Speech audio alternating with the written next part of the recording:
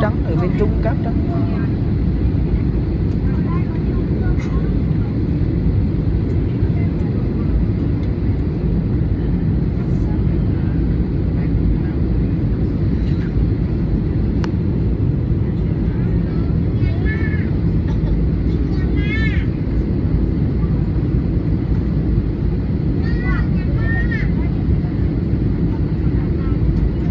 Phanh này nó dừng cái cánh này, cánh này là Phật à, cái Phật cánh là Phật à, cái mà đang rung Phật bên trên, đó cái là Phật này dừng.